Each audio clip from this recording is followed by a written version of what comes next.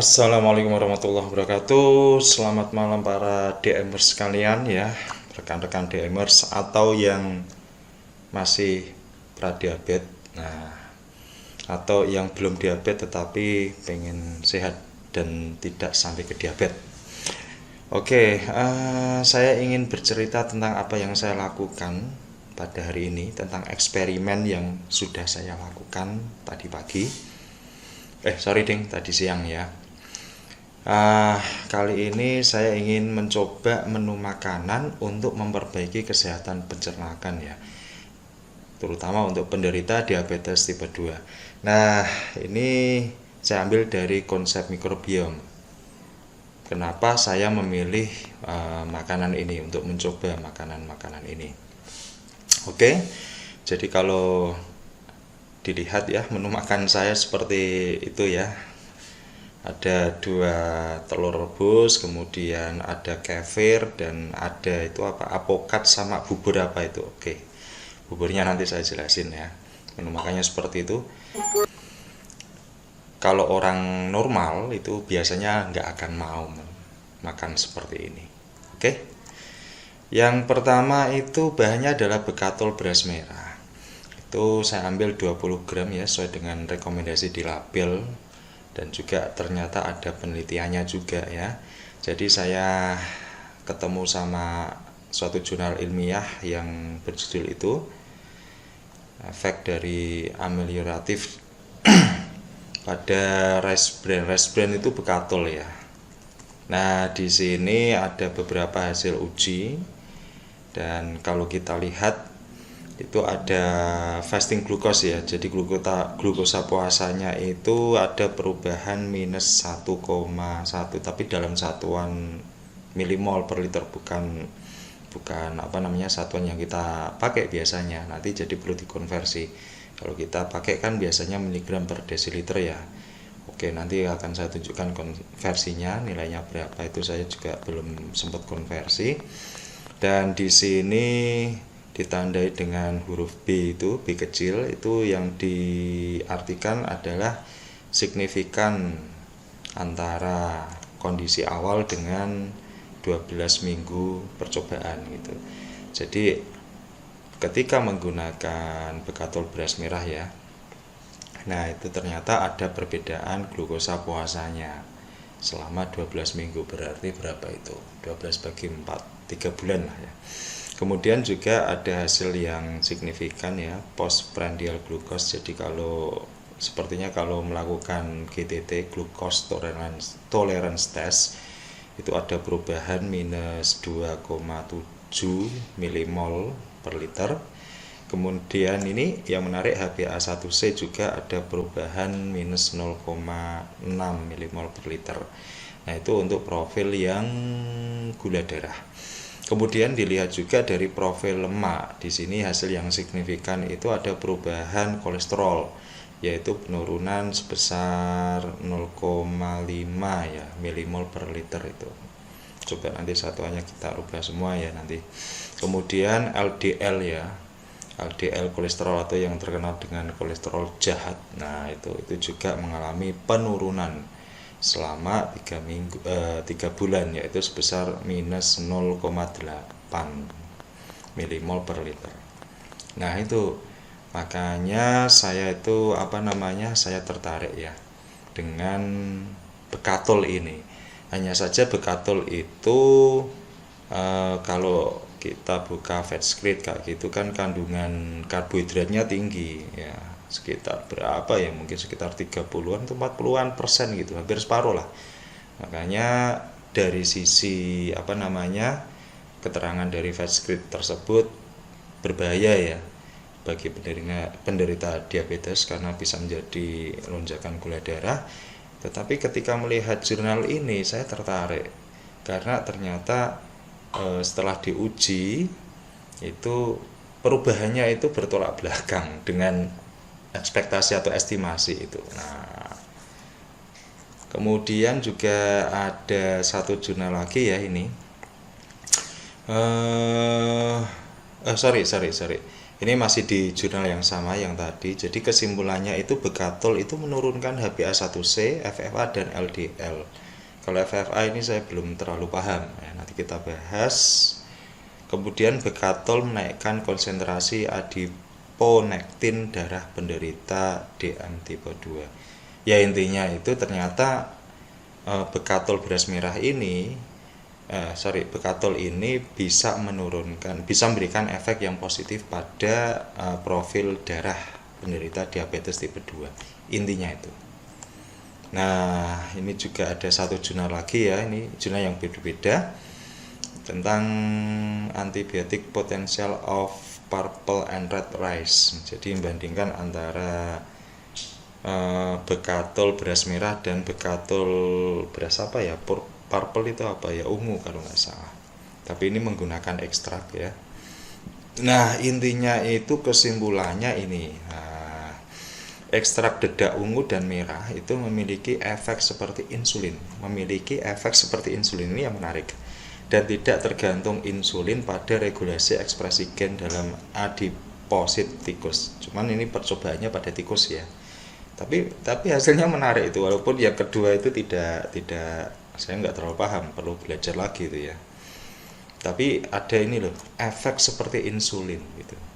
Kalau insulin berarti dia itu kan membawa gula darah ke ke sel gitu ya, untuk diserap.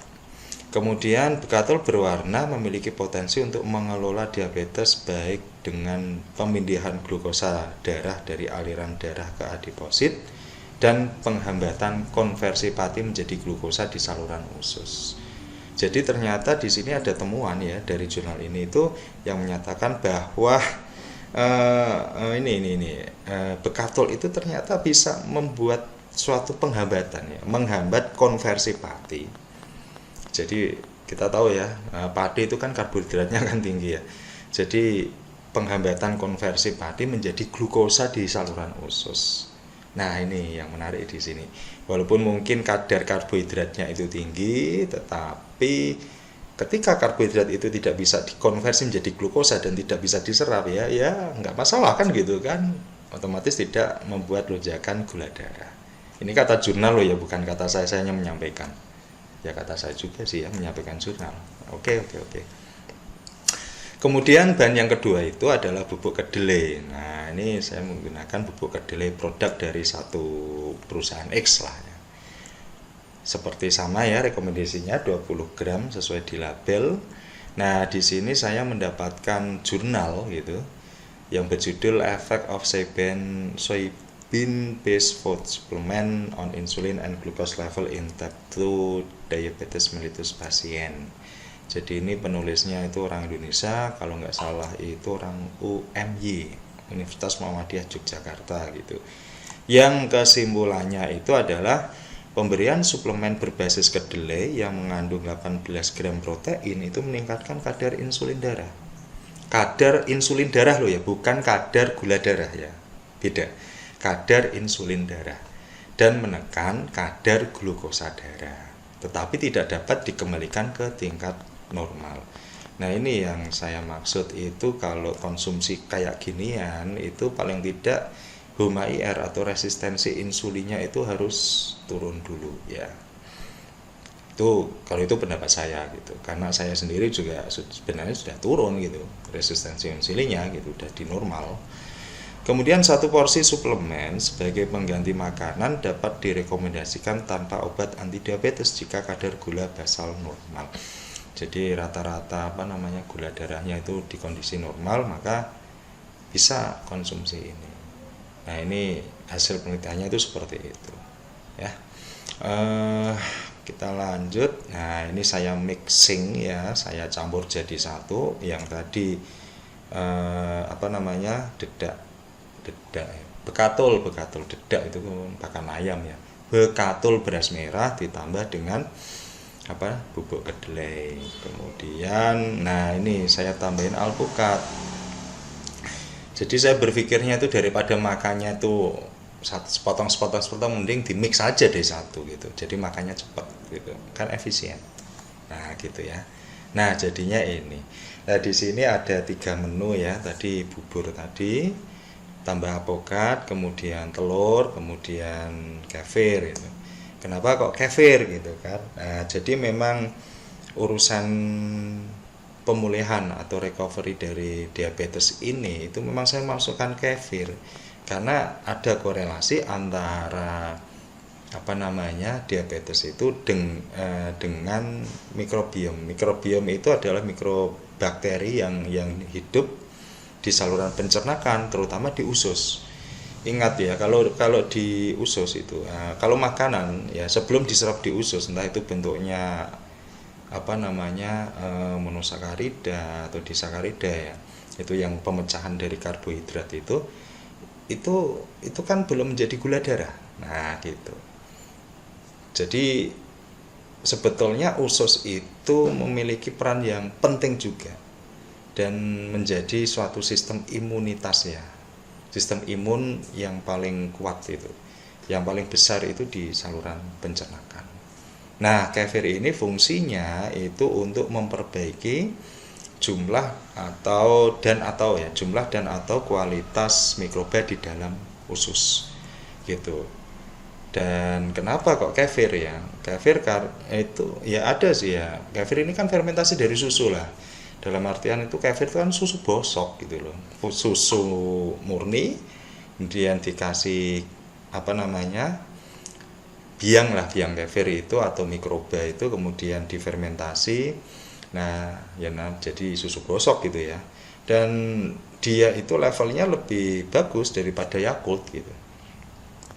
Dan kefir ini rasanya lebih asam, lebih kecut.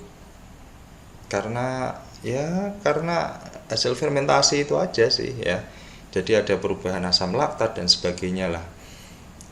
Nanti aja lah ya, kita bahas khusus tentang kefir itu sendiri. Ya ini yang kepo ya tentang hasil gula darah saya yang asalnya sebelum makan itu 102, kemudian 1 jam setelah makan itu semua ya, 1 jam setelah makan itu semua itu jadinya 105, naik sedikit 3 poin gitu. Nah kemudian ini harusnya 1 jam lagi ya, atau 2 jam setelah makan itu. Tapi tadi karena saya ada urusan akhirnya molor ya, kira-kira molornya setengah jam. Tapi hasilnya bagus, balik lagi ke 100. Nah itu yang saya senang.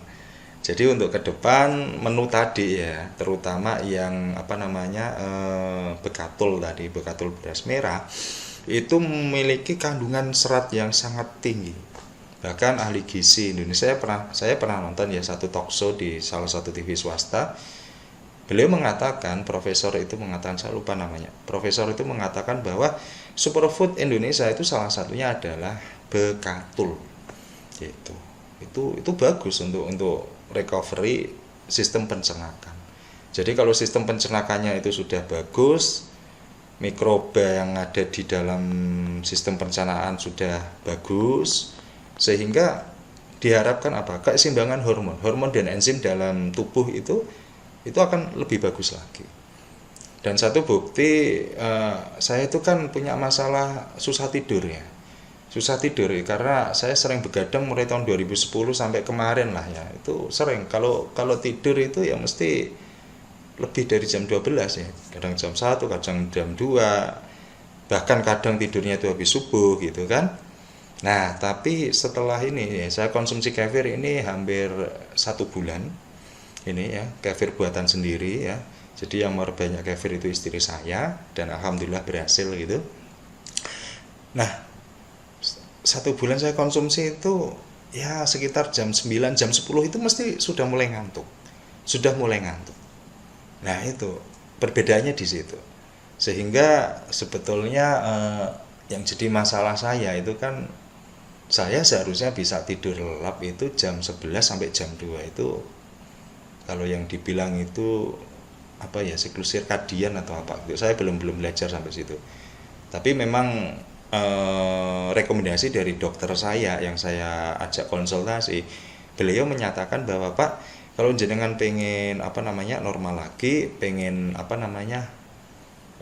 kualitas kesehatannya itu meningkat, maka jam 11 sampai jam 2 pagi itu harus benar-benar deep sleep. Jadi jam 10 udah mapan lah gitu.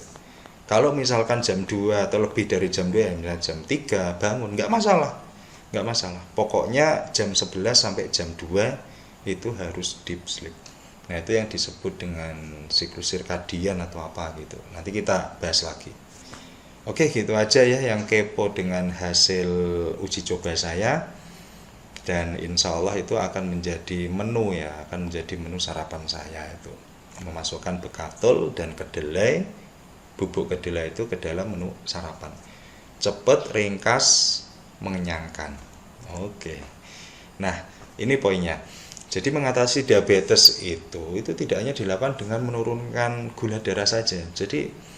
Jadi kalau yang hanya berpikir nurunin gula darah, nurunin gula darah tok isine itu ya enggak juga ya. Dalam artian itu memang sudah suatu kewajiban ya, mengatur gula darah dalam kondisi normal itu bagi diabetesi. Tetapi kita harus juga berpikir ya, sistem lain selain pankreas ya. Pankreas itu produksi insulin sama glikagon gitu. Kalau insulin itu kan dia mengantarkan glukosa masuk ke sel. Kalau glikagon itu kan membongkar cadangan glikogen di liver itu atau di sel itu dan mengubahnya menjadi glukosa, ya dimasukin lagi ke insulin ya. Jadi gula darah itu bukan masalah itu aja, tapi ada sistem lain yang berkaitan, yaitu misalkan salah satunya adalah sistem pencernaan, di mana mikrobiom kita itu sebetulnya sudah parah gitu. Kemudian mikrobiom itu berpengaruh pada efisiensi penyerapan nutrisi makanan, sehingga kalau nutrisi makanan itu terserap dengan bagus ya, efisien, sehingga nanti tercapai kestabilan hormon dan enzim di dalam tubuh. Nah, kira-kira itu yang saya ketahui sampai sekarang. Dan ini disclaimer aja ya, ini saya bukan orang medis, latar belakang saya bukan kuliah di medis ya, bukan kesehatan, bukan dokter atau yang lainnya. Tetapi memang semenjak saya kena DM ya, tanggal 30 September 2021 kemarin, bukan kena, ketahuan gitu. Karena gejalanya sebelumnya sudah saya rasakan, mungkin hampir sekitar 2 tahun sebelumnya. Nah, dari situ saya suka untuk mempelajari recovery yang alami gitu. Yang alami ya. Jadi memang selama ini saya nggak ngobat. Dan saya memang mengandalkan nutrisi, kemudian puasa dan olahraga gitu. Oke, ketemu lagi di lain kesempatan. Assalamualaikum warahmatullahi wabarakatuh.